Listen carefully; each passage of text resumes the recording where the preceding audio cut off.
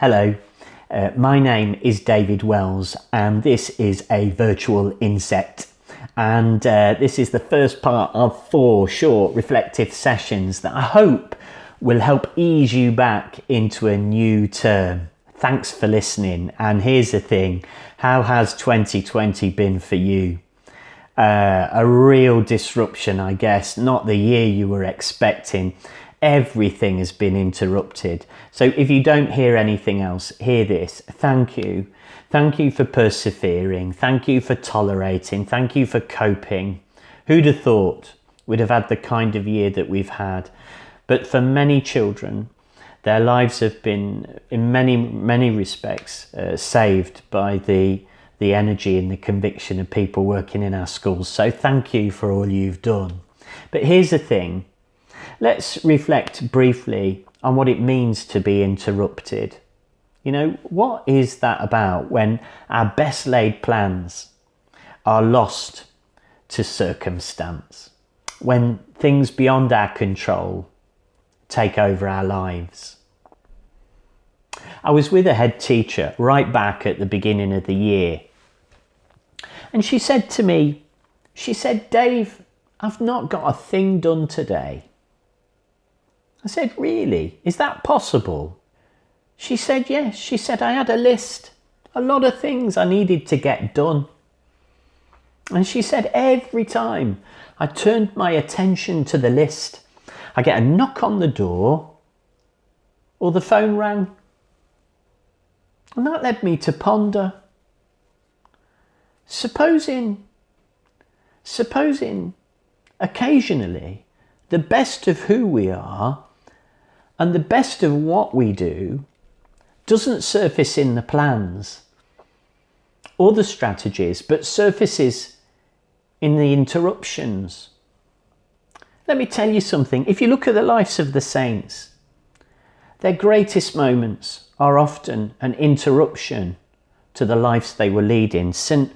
Francis is interrupted by a leper. St. Paul is interrupted by a bolt of lightning. St. John Henry Newman is interrupted by reading and discovering something he didn't know. St. Teresa of Avila is interrupted by malaria. These things never seem right at the time, but they turn out to be the making of us.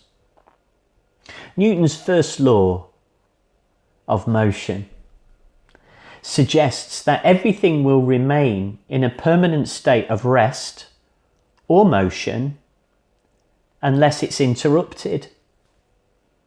What does that mean?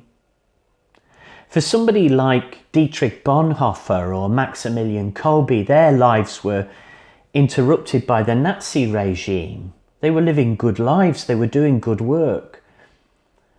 But the greatest of their love was poured out with tragic consequences in the concentration camps. But Dietrich Bonhoeffer himself said, you know, we must allow ourselves to be interrupted. Why? Well, supposing the risk is more like this. We live with a mild anxiety. It's not entirely a bad thing, but it strives within us, it builds within us a certain restlessness that leads us to almost an addiction to activity. We become disposed towards our plans, our strategies, our organisation, our measurements, our endless pursuit of outcomes. All of these things are not bad within themselves, but supposing unconsciously, one day, they become our very why. Why did I get out of bed this morning? To get my list done. But supposing that becomes every day, would then an interruption possibly be a blessing? So I'm at a funeral, beautiful eulogy, a wonderful person, and we're celebrating a life.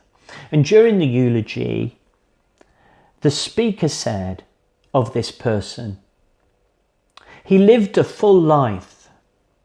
And then he proceeded to describe this person's career. None of it was untrue, and everything in the list was worthy and good. But a Catholic school doesn't see life like that. That somehow what makes a life full isn't that we travelled the world or ended up as a correspondent for the BBC or was promoted a great deal or made a lot of money, as good as those things can be. In our understanding, we go to John, the Gospel, chapter 10, verse 10, and we hear Jesus say, "I've come that you may have life and have it in abundance." Pope Francis says, to live a full life is to discover who you are, to live in complete dignity, and to act with justice accordingly, because you know who you are. We built Catholic schools all over the world to help people truly know who they really are. So here's the thing. Has this pandemic almost been an opportunity to stop just briefly, even in a moment, and ask ourselves, why?